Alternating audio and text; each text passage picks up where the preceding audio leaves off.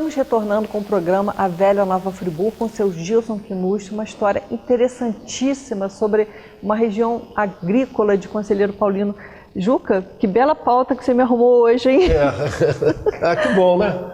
Seu Gilson é uma família, né, bastante tradicional, e ele estava agora comentando essas 3 fazendas ali de Conselheiro, e ele comentou sobre esse espaço ali da Fazenda Marajó, né? Aquilo ali é o seguinte, para quem não conhece os novos de Friburgo, a atual estrada de Conselheiro, nós, além dessa atual estrada Roberto Silveira, nós tínhamos a velha estrada para Conselheiro Paulino, que ela vinha pela Ferragem Zaga, subia por ali, passava ali onde é o chamado Rui Sangrar, e entrava no Santo André Prado, e Marajó é aquela parte de cima de Conselheiro do outro lado, quer dizer, seria o lado direito de Conselheiro.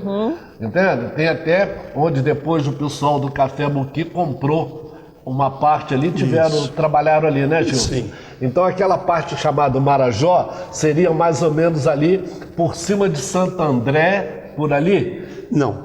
Já no posto de gasolina ali. Do posto de gasolina. Porque ali tinha Dr. Humberto Chaves. Certo. Onde é a FAO hoje. Ah, sim, a parte do Dr. Humberto Chaves, né? E meu pai, quando estava vivo ainda, foi lá mostrar porque fazia o rumo, fazia uma vala, né?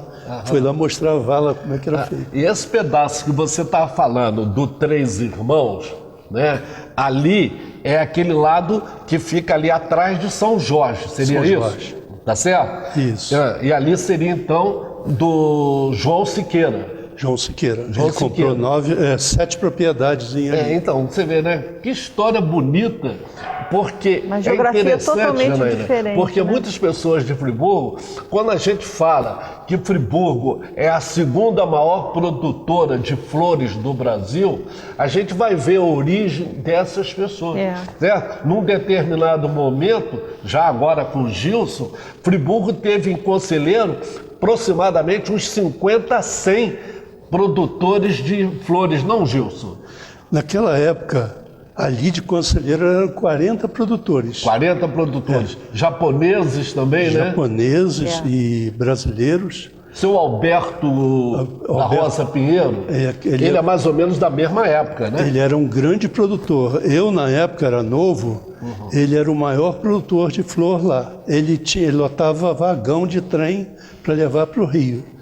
E eu, quando mais novo, logo depois que eu casei com a filha do João Siqueira, Valdete Siqueira Kinucci, e eu trabalhava com meu pai, tinha muitas propriedades, eram 9 propriedades com chuchu.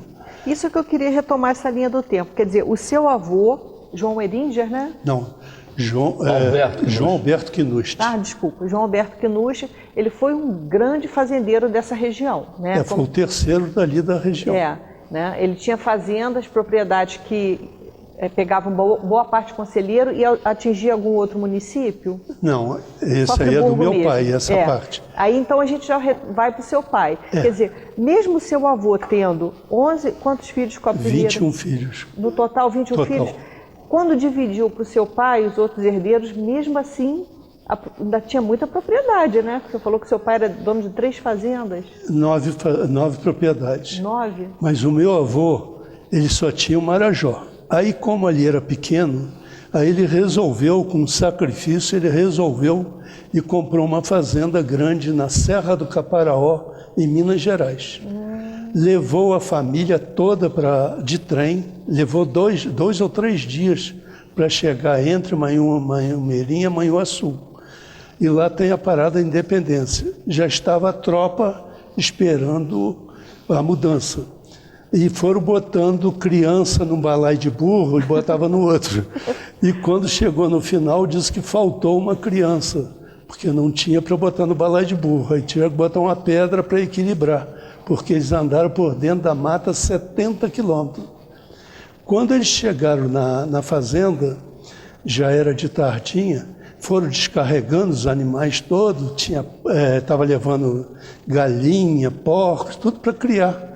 E meu avô, com aquele monte de criança, um monte de filho, ele mandou meu pai e o sobrinho dele, que ele foi um grande homem, ele nasceu ali no Marajó, ele chamava Altivo Guimarães.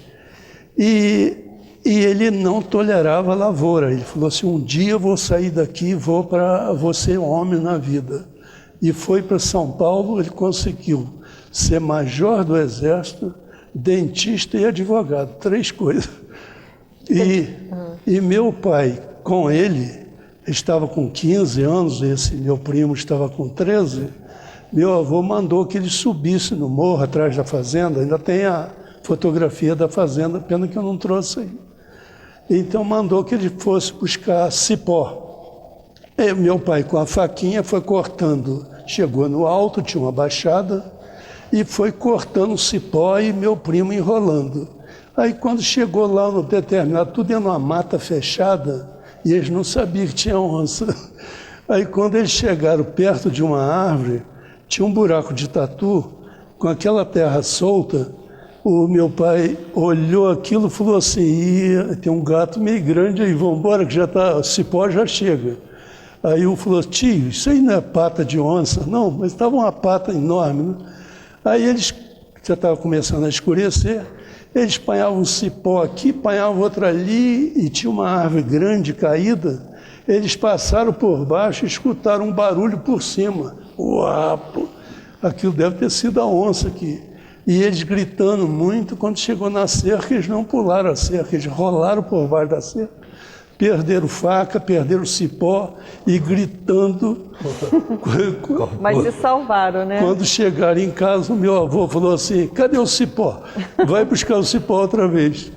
Ele falou assim, a onça correu atrás de nós. Aí minha avó, muito calma, falou assim, olha, a fazenda é muito grande, bota os porcos num quarto, bota a galinha no outro, e amanhã eu lavo. Ela era muito trabalhadeira.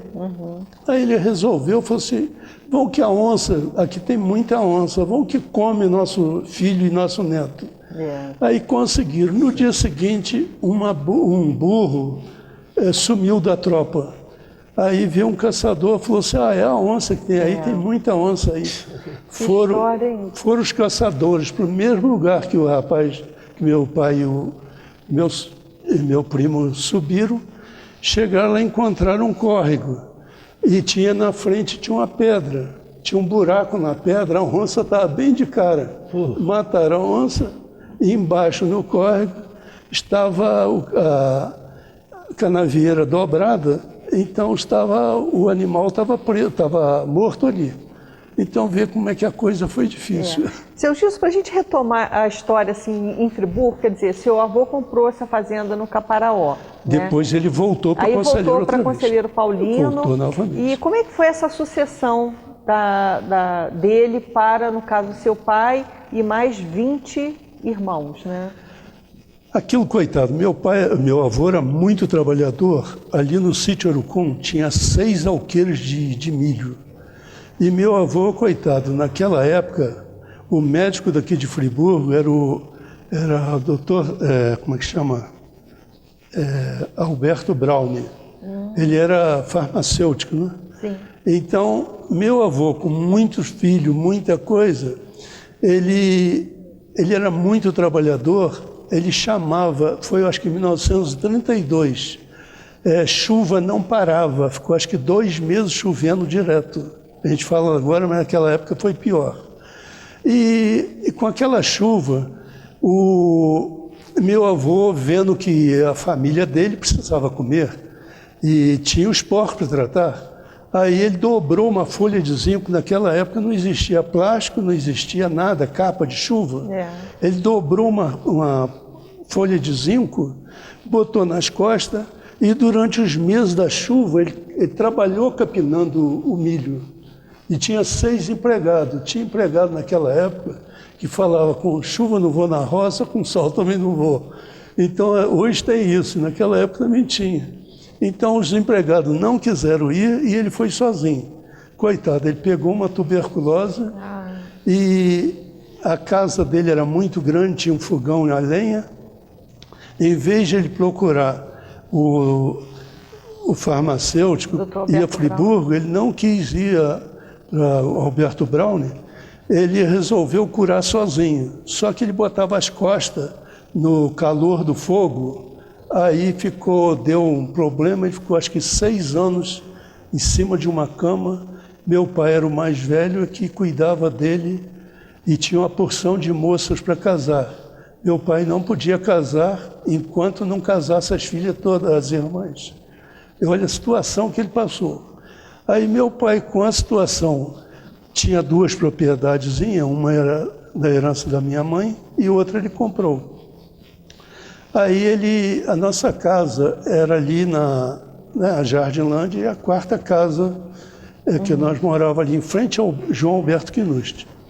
E eu era pequeno, estava eu e era Tirso, meu irmão, o Joacir, eu, Gilson e Neuza, eram 4. Seu Gilson, eu vou só interromper o seu instantinho, porque esse bloco já está um pouquinho estourado. O senhor continua sua história no próximo bloco. Vamos fazer um breve intervalo e daqui a pouco retornamos com a história da família Knust em Conselheiro Paulino.